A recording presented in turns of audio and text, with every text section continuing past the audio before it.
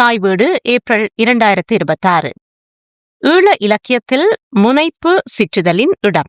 எழுதியவர் ஜிப்ரி ஹாசன். வாசிப்பவர் நிருஷா கனகசபை ஹரேந்திரன். தீவிர இலக்கியமானது சிற்றிதழ்கள் வழியாகவே வளர்ந்து வந்திருக்கிறது. பெரும்பாலும் தமிழ் இலக்கிய சூழலை பொறுத்தவரை இது மறுக்க முடியாத ஒரு விதியாகவே இன்று வரை தொடர்கிறது. ஈழ இலக்கியமும் சிற்றிதழ் வழியாகத்தான் தன்னை திடப்படுத்தி வளர்ந்து வருகிறது. தமிழ் சூழலில் சீரியஸ் இலக்கியத்துக்கான வாசக எல்லை வரையறுக்கப்பட்டிருப்பதன் மிக முக்கிய குறிகாட்டி இது. தொடக்கத்தில் அச்சு இதழ்கள் மட்டுமே வெளிவந்தன. இப்போது உள்ளது போல் இணைய இலக்கிய சிற்றிதழ்களின் பங்களிப்பு அப்போது இருக்கவில்லை. தமிழ் இலக்கிய வழியில் இணைய இலக்கிய சிற்றிதழ்களின் வருகை என்பது பெரும்பாலும் 2000ஆம் ஆண்டுக்கு பிறகு நிகழ்ந்த ஒரு மிக முக்கிய தோற்றப்பாடாகும். அச்சு இதழ்களோடு ஒப்பிடும்போது இணைய இலக்கிய சிற்றிதழ்கள் தமிழின் விரிந்த பரப்பிலுள்ள வாசகர்களையும் இணைக்கும் சாத்தியப்பாட்டை கொண்டிருந்தன. அந்த வகையில் தமிழ் இலக்கிய இணைய சிற்றிதழ்கள் தமிழ் இலக்கிய வளர்ச்சியில் இன்னுமொரு பரிமாணத்தை தோற்றுவித்தன. பெரு பத்திரிகைகள் தீவிர இலக்கிய வளர்ச்சியில் பெரிதளவு அக்கறை எடுத்துக் கொள்வதில்லை என்பதை நாம் அறிவோம். தொடக்கத்தில் தமிழக சிற்றிதழ்களான மணிக்கொடி, சரஸ்வதி, கணையாளி, தாமரை போன்ற இதழ்களே ஈழப் படைப்பாளிகளுக்குமான களமாக அமைந்தது. பின்னர் ஈழத்தில் இருந்தும் சிற்றிதழ்கள் வெளிவரத் தொடங்கின. ஈழ இலக்கியத்தை பல்வேறு காலகட்டங்களிலும் தூக்கி நிறுத்தி அதனை முன்கொண்டு சென்றதில் சிற்றிதழ்களுக்குத்தான் மகத்தான பங்கிருப்பதை நாம் காண்கிறோம். ஈழத்தில் இருந்து பல்வேறு காலகட்டங்களிலும் மறுமலர்ச்சி, அலை, மல்லிகை, கவிஞன், மூன்றாவது மனிதன், ஞானம், யாத்ரா, பெருவழி போன்ற சிற்றிதழ்கள் தோன்றியும் மறைந்தும் தொடர்ந்து இயங்கியும் தத்தம் காலகட்ட ஈழ இலக்கியத்தின் வளர்ச்சிக்கும் போக்குக்கும் பங்களித்துள்ளன. இந்த வரிசையில் இடம்பெறத்தக்க மிக முக்கியமான சிற்றிதழ்களுள் ஒன்று முனைப்பு. முனைப்பு கிழக்கிலங்கையில் மருதமுனையில் இருந்து 1989 இருந்து 2004 வரை வெளிவந்த தனி இலக்கிய சிற்றிதழ். முனைப்பின் முதல் இதழில் ஆசிரியர் குறிப்பில் கார்த்திகை 88 என தேதியிடப்பட்ட முதலாம் இதழ் மாசி 89 தான் வெளிக்கொணர முடிந்தது என்று சொல்லப்பட்டிருந்தது. அந்த வகையில் 1989 இருந்து 2004 வரை 12 இதழ்கள் வெளிவந்திருக்கின்றன. மருதமுனியைச் சேர்ந்த அதிபரும் எழுத்தாளருமான மருதூர் பாரி அதன் வெளியீட்டாளராகவும் பிரதம ஆசிரியராகவும் இருந்தார். முனைப்பின் இணை ஆசிரியர்கள் மாறி மாறி வந்திருக்கிறார்கள். இலக்கியத்தில் புதிய சிந்தனையும் தீவிர ஈடுபாடும் கொண்டவர்களுக்கு முனைப்பின் ஆசிரிய பீடம் தொடர்ந்தும் இடமளித்தது. அதுவே அதன் உள்ளடக்கம் ஓர் ஆரோக்கியமான நிலையில் இருந்ததற்கான, தொடர்ச்சியான வளர்ச்சியை காட்டி வந்ததற்கான முக்கியமான காரணம் என நினைக்கின்றேன். முனைப்பின் இணை ஆசிரியர்களாக MIM ரவுஃப், MIA ஜாஃபர் போன்றோர் பங்களிப்பு செய்தனர். முனைப்பு வெளிவந்த காலம் என்பது ஈழ இலக்கியத்தில் முற்போக்கு இலக்கிய விவாதங்களும் முயற்சிகளும் தணிந்து போரையும் அது சார்ந்த வாழ்வியலையும் பேசும் படைப்புகள் அதிகளவில் வெளிவந்த காலகட்டமாகும். பெரும்பாலும் ஈழ இலக்கியத்தின் மையக் குரல் என்பது போர், இனத்துவம், சிங்கள அரசு, புலிகள் மோதலால் உருவான மிகச் சிக்கலான துயரார்ந்த சமூக நிலைமைகளின் மீதே கவனம் கொள்வதாக அமைந்தது. இதனால் இக்கால பகுதியில் ஈழத்தில் இருந்து வெளிவந்த அனைத்து சிற்றிதழ்களுமே இந்த நிலைமைகளை பேசுபவையாகவே மேலெழுந்து வந்தன. குறிப்பாக போர், இன மோதல்கள், பரஸ்பர சந்தேகங்கள், தமிழ் முஸ்லிம் உறவில் திட்டமிட்டு உருவாக்கப்பட்ட பூசல்கள் போன்ற நிலைமைகளை வெளிப்படையாகவும் குறியீட்டு நிலைகளிலும் பேசும் கவிதைகள், சிறுகதைகள், மொழிபெயர்ப்பு படைப்புகள் என சிற்றிதழ்கள் வெளியிட்டன. முனைப்பும் அத்தகையதொரு போக்கிலேயே தன் பெரும்பாலான படைப்புகளை தேர்வு செய்து வெளியிட்டது. எனினும் படைப்பிலக்கியம் சார்ந்து முனைப்புக்கென ஒரு தனியான கொள்கை நிலைப்பாடுகளோ கோட்பாட்டு தளமோ இருக்கவில்லை. எல்லா வகையான நிலைப்பாடுகளுக்கும் அது இடங்கொடுத்தது.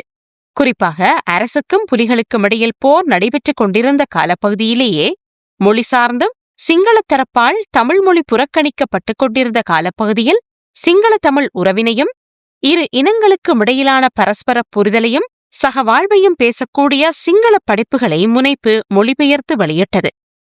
முனைப்பு இந்த முக்கியமான பங்களிப்பை தொடர்ச்சியாக செய்து வந்தது. குறிப்பாக இந்த பங்களிப்பினை முனைப்பு இதழினூடாக தென்னிலங்கையை சேர்ந்த கவிஞரும் எழுத்தாளருமான அல் அஸ்மத் செய்து வந்தார். முனைப்பின் பல இதழ்களில் அவரது சிங்கள மொழிபெயர்ப்பு கதைகள் வெளிவந்தன. முனைப்பின் 2வது இதழில் சிங்கள எழுத்தாளர் நிரங்க விக்ரமசிங்கவின் பாம்புகள் எனும் கதையை அவர் மொழிபெயர்த்தார். இக்கதை இலங்கை தமிழ் சிங்கள மக்களுக்கிடையிலான சகவாழ்வை பேசும் கதையாக இருந்தது. சிங்கள தமிழ் புதுவருடத்தை ஓர் குறியீடாக வைத்து இன நல்லிணக்கத்தை அக்கதை பேசுகிறது.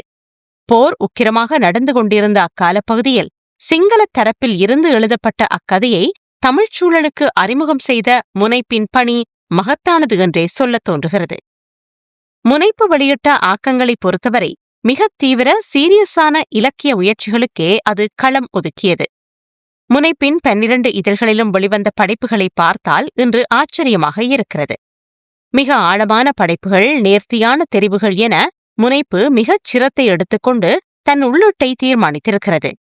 கிழக்கில் இருந்து அப்போதே இத்தகையதொரு தீவிரமானதும் காத்திரமானதுமான இதழ் வெளிவந்திருக்கிறது எனும்போது உண்மையில் ஆச்சரியமாகவே இருக்கிறது. கவிதை, சிறுகதை, கட்டுரை, இலக்கிய ஆய்வுகள், மொழிபெயர்ப்புகள் என முனைப்பு இலக்கியத்தின் பல்வேறு களங்களிலும் இயங்கி வந்துள்ளது. கவிதையை பொறுத்தவரை முனைப்பில் ஈழத்தின் மிக முக்கியமான கவிஞர்களாகவும் எழுத்தாளர்களாகவும் அப்போது அறியப்பட்டிருந்த சோலைக்கிளி, சண்முகம் சிவலிங்கம், மருதூர் கொத்தன், அல் அஸ்மத் போன்றோர் எழுதினர். அடுத்த தலைமுறையில் IMF ரவுஃப், மருதூர் பாரி, கருணாகரன், வாசுதேவன், டீன் கபூர் போன்றவர்கள் பங்களித்தனர். சிலர் முனைப்பில் இருந்தே உருவான புதிய கவிஞர்களாக இருந்தனர். அதேபோல் மு பாசில், MMM நகிபு, செஹபா, கஜினி போன்ற புதிய முகங்களும் எழுதினர். கவிதைகள் பெரும்பாலும் அடர்த்தியான கவித்துவச் செறிவும் அக்கால இலங்கையின் சமூக அரசியல், தனிமனித உளவியல் சார்ந்த நெருக்கடிகளையும் பேசுபவையாக, ஈழ இலக்கியத்தின் வளர்ச்சி நிலையை காட்டுபவையாக அமைந்தன. உதாரணமாக மருதூர் கொத்தனின் கலைக்கூத்து, டீன் கபூரின் சண்டை பொழுது போன்ற கவிதைகள் அப்போதைய சமூக அரசியலை அழகியலோடு முன்வைத்தன. கவிதைகள் விஷயத்தில் அதன் காத்திரத்தன்மையை கவனத்திற் கொண்டது போலவே சிறுகதைகள் விஷயத்திலும் முனைப்பு உறுதியான நிலைப்பாட்டை கொண்டிருந்ததாக தெரிகிறது. சிறப்பான பல கதைகள் முனைப்பில் வெளிவந்தன. சண்முகம் சிவலிங்கத்தின் துருவப் பறவைகள் முனைப்பு 3வது இதழில், நட்பட்டி முனை ஃபலீலின் மறுபடியும் போன்ற கதைகள் மிக நேர்த்தியும் புனைவு நுணுக்கமும் கொண்டவை. இதில் ஃபலீலின் மறுபடியும் சிறுகதை போர்க்கால வாழ்வியலை, குறிப்பாக போரின் தொடக்க கால கிழக்கு மாகாண மக்களின் வாழ்க்கைப்பாடுகளையும் பதற்றங்களையும் அழகிய புனைவாக முன்வைக்கும் கதை. ஃபலீல் ஒரு முக்கியமான படைப்பாளியாக வருவதற்கான அனைத்து தகைமைகளையும் கொண்டிருந்தார் என்பதற்கு நிரூபணமான கதை அது. ஒரு படைப்பாளியாக ஃபலீலை முதலில் அடையாளம் காட்டியதும் முனைப்பு என்றுதான் நினைக்கிறேன். அல் அஸ்மத்தின் வான்கோழி என்றொரு கதையும் முனைப்பில் வெளிவந்தது. அப்போதைய ஈழ இலக்கிய சூழல், இலக்கிய வட்டம் குறித்த ஒரு படைப்பாளியின் அவதானத்தை மெல்லிய அங்கதத்தோடு முன்வைத்த கதை அது. குறுநாவலுக்கும் முனைப்பு இடமளித்து வெளியிட்டது. இது சிற்றிதழ்களில் குறுநாவல்களையும் சுதந்திரமாக வெளியிடுவதற்கான களத்தை ஏற்படுத்தி கொடுப்பதாக அமைந்தது. மருதூர் பாரியின் மறுகரையின் நிறம் என்ற குறுநாவல் முனைப்பில் தொடராக வெளிவந்தது. அதே நேரம் சிறுகதைகள் சார்ந்து சாதி, போர், வர்க்க முரண் போன்ற பொதுவான சமூக பிரச்சினைகள் பேசப்பட்டு வந்த ஈழ இலக்கிய சூழலில் தனி மனித உணர்ச்சிகள், தனி மனித அகம் சார்ந்த நெருக்கடிகளை பேசும் புதிய கதைப்போக்குகளுக்கும் முனைப்பு களம் அமைத்தது. MIM ரவுஃபின் இடையில் வெளிகள் என்ற கதையை இந்த வகை கதைகளுக்கு எடுத்துக்காட்டான கதையாக சொல்ல முடியும். மொழிபெயர்ப்பு கவிதைகள் முனைப்பின் மற்றுமொரு பரிமாணம். MKM ஷகீப் மிக முக்கியமான பிறமொழி கவிதைகளை தேர்வு செய்து மொழிபெயர்த்தார். அதனை முனைப்பு வெளியிட்டு ஈழத்தில் மொழிபெயர்ப்பு இலக்கிய வளர்ச்சிக்கும் ஈழத்து கவிஞர்களுக்கு பரந்துபட்ட கவிதை அனுபவத்தையும் ஏற்படுத்தி கொடுத்தது. ரவீந்திர பானர்ஜியின் எனது கதை எனும் கவிதையை முனைப்பில் HA அசீஸ் மொழிபெயர்த்திருந்தார். பரந்துபட்ட இலக்கிய ஆய்வு முயற்சிகளுக்கும் முனைப்பு உரிய இடத்தை வழங்கியது. மருதூர் கொத்தனின் பாரதிதாசன் கவிதைகள் குறித்த இலக்கிய ஆய்வு, பாரதிதாசன் கவிதைகள் குறித்த பல்வேறு திறப்புகளை புதிய இலக்கிய வாசகர்களுக்கு ஏற்படுத்துவதாக அமைந்தது. புலவர் ஆமோ ஷரிவுத்தீன் படைப்புகள் பற்றிய செயித் ஹசன் மௌலானாவின் ஆய்வு நோக்கிலான கட்டுரைகளை முனைப்பு வெளியிட்டது. மலேக இலக்கிய முயற்சிகளுக்கும் முனைப்பு களம் ஒதுக்கி அதன் வளர்ச்சிக்கு பங்களித்தது. குறிப்பாக மலையக படைப்புகளை பிரசுரித்ததோடு மலையக இலக்கியம் குறித்த ஆய்வுக் கட்டுரைகளுக்கும் இடமளித்து ஊக்குவித்தது. முனைப்பின் 6வது இதழ் மலையக இலக்கியத்தின் மிக பெரும் ஆளுமையான சி.வி. வேலுப்பிள்ளையின் வாழ்வும் பணியும் பற்றிய ஆந்தனி ஜீவாவின் கட்டுரையை வெளியிட்டது. பெண்களின் இலக்கிய முயற்சிகளுக்கும் முனைப்பு தனியான இடத்தை ஒதுக்கியது. சபீனா அபூபக்கரின் கண்ணீரை காணவில்லை, எஸ்.எச். வஜீனா ராணியின் ஊனங்கள், சிகபாவின் 3 கவிதைகள் போன்ற படைப்புகளை எடுத்துக்காட்டாக சொல்ல முடியும். இவை மரணத்தையும் வாழ்வையும் வெளிப்படுத்தும் கவிதைகளாகவும் பெண்ணின் அடக்கப்பட்ட வாழ்வின் பல்வேறு உணர்ச்சி தருணங்களையும் பேசும் படைப்புகளாக அமைந்தன. முனைப்பின் மற்றொரு மிக முக்கிய இலக்கிய பங்களிப்பாக ஈழ இலக்கிய சூழலில் புதிதாக வெளிவரும் கவிதை தொகுப்புகள், சிறுகதை தொகுப்புகள், நாவல்கள், விமர்சன நூல்கள் என அனைத்து வெளியீடுகளுக்குமான அறிமுகப் பகுதியையும் சில நூல்கள் குறித்த விரிவான விமர்சனங்களையும் முன்வைத்து அவற்றை வாசகர்களிடையே கொண்டு சேர்க்கும் பணியை அந்நாட்களில் முன்னெடுத்ததை குறிப்பிட்டு சொல்ல முடியும். அப்போதைய ஈழ இலக்கிய சூழலை பொறுத்தவரை சிற்றிதழ்களே இப்படி பரந்த இலக்கிய தேடலுள்ள வாசகரை இலக்கிய சூழலோடு இணைக்கும் பணியையும் செய்தன.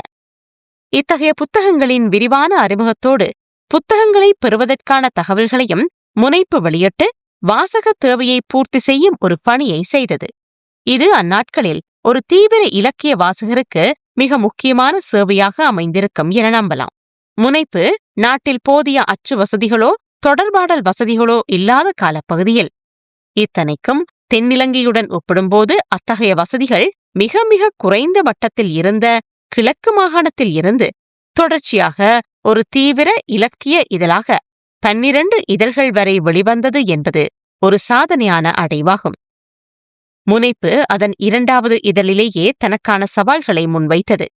மின்சார வசதிகளின்மை, ஆக்கங்கள் உரிய நேரத்தில் கிடைக்கப் பெறாமை, பணம், படைப்பாளிகளுக்கான தொடர்பாடல் பிரச்சினை போன்றன முனைப்பு எதிர்கொண்ட சவால்களுள் சிலவற்றாக சுட்டிக்காட்டலாம். இந்த சவால்கள் சிற்றிதழ்களை எப்போதும் பின்தொடரும் துயர நிழலாகவே தோன்றுகிறது. எனினும் முனைப்பு இந்த சவால்களுக்கு வெற்றிகரமாக முகம் கொடுத்து 12 இதழ்கள் வரை வெளிவந்து ஈழ இலக்கிய வளர்ச்சியில் ஒரு காலகட்டத்துக்கான காத்திரமான பங்களிப்பினை வழங்கி இருக்கின்றது என்று சொல்வதே இன்றைய நாட்களில் முனைப்பு குறித்த ஒரு நேர்மையான மதிப்பீடாக அமையும். நன்றி.